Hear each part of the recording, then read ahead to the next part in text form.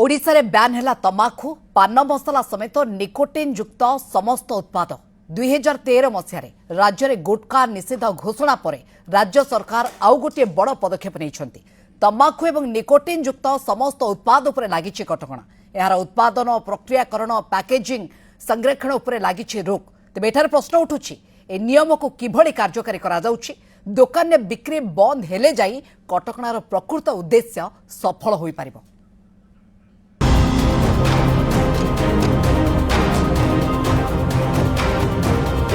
पूर्वर गुटखा ब्यान होइथिला आउ एबे तमाखु उपरे लागिला रोक। ओडिशा रे ब्यान हैला तमाखु पान मसला समेत निकोटिन युक्त समस्त उत्पाद।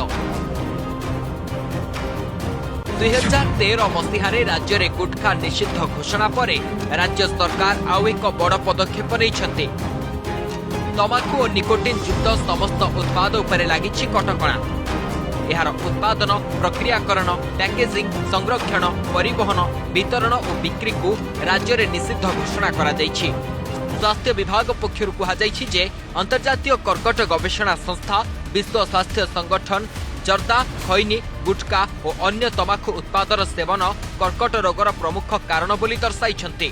एहासह धुआहीन तमाखु यथा पान मसला पान गुआ धुआपत्र भली अन्य उत्पाद मध्य स्वास्थ्य पाई खराब।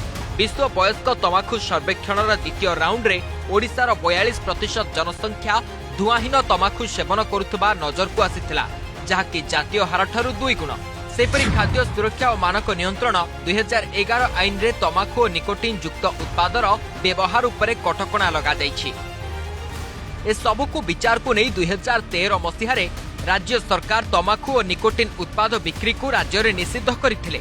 मात्र परवर्ती समय रे गुटखा कंपानी माने गोटे पैकेट रे तमाखु और अन्य पैकेट रे चोबाइबा उत्पाद बिक्री करुवा नजर को आसीथिला जहा फल रे लोक माने एही दुई उत्पाद को मिसाई पूर्व भली खाइथिले।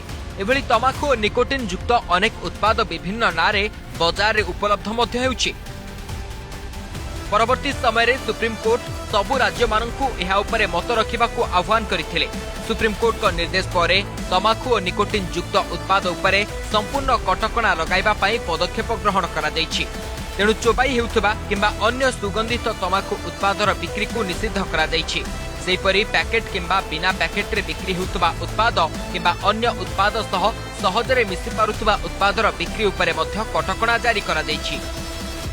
ओपन प्लेस रे सिगरेट टाणिबा एटा को कड़ाकड़ी भाव में व्यवस्थित करा जिवो दंड विधान करा जिवो एवं हमर जो जिला प्रशासन पुलिस प्रशासन एवं ड्रग्स कंट्रोल जो ड्रग्स इंस्पेक्टर माने अछंती जिल्ला रे तांगो टीम करिकरी एवं स्कूल एरिया ए एरिया रे विशेष करी आकु कड़ाकड़ी करा जिवो एवं हमर मुख्य उद्देश्य हला याकु सचेतनता कार्यक्रम माध्यम रे लोके केमती कम ए जो तमाकू युक्त गुटखा खाइबेनी ता पई सचेतनता सृष्टि करा हबो। तो निकोटिन टा जेतु सेंट्रल एक्ट द्वारा परिचालित सेटा जेमती एई जिंसटा जेमती प्रोहिबिट हेई परिबो निकोटिन सेल रेगुलेटेड न होइकरी ओपन सेल जो होतरा सेटा को बंद करिया पे व्यवस्था कराइछि जहाँ हबो आईन कानून गंडी भीतर हबो एवं हमर कोटपा एक्ट द्वारा ताको नियंत्रण करा जाउछि सेति पई ए एक्ट कराइछि आ जे दुईटा पैकेट कर जो बिकी दउतले बाईपास कर दउतले जे पान मसला कहि देबो कि सेमती आ बिकी परिबे नै। राज्य रे गुटखा पान मसला समेत निकोटिन युक्त समस्त सामग्री ब्यान हेबा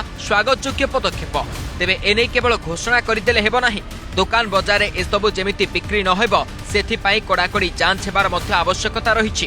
पान मसलार विज्ञापन उपरे मध्य रोक लागिबा दरकार ताहाले जाई एहार सुफल मिलि पारिबो नहले पूर्वरु गुटखा ब्यान हेला बली एबे तमाखु पान मसला समेत निकोटिन युक्त समस्त उत्पाद उपरे कटकणा पूर्व भली प्रहसन रे परिणत होइजिबो। यथेष लक्ष लक्ष जीवन चली जाऊँगी लक्ष लक्ष लोक जीवन चली जाऊँगी देशर भविष्य नष्ट होउछि आम परिवार नष्ट होउछि ये पान दुकान ठारू आरंभ करी ये आम समाजर आम प्रत्येक अधिकांश परिवार रे ये प्रहलिका देखादेलानी एवं एटार नष्ट होउछि जीवन अमूल्य जीवन चली जाउछि संपूर्ण भाव में बिक्री वर्जन एवं एथिपई कठोर दंडर व्यवस्था करा जिबा आवश्यक। तमाखु समेत निकोटिन युक्त समस्त उत्पाद ब्यान नहीं नुआ विज्ञप्ति जारी हेबा सह 2013 मसीहारे राज्य स्वास्थ्य विभाग पक्षरु जारी होइतिबा विज्ञप्ति को हटाई दिया जाइछि। अर्थात एबे आउ माउथ फ्रेशनर नारे बिक्री होई परिबनी गुटखा कि तमाखु। Bureau report news 7।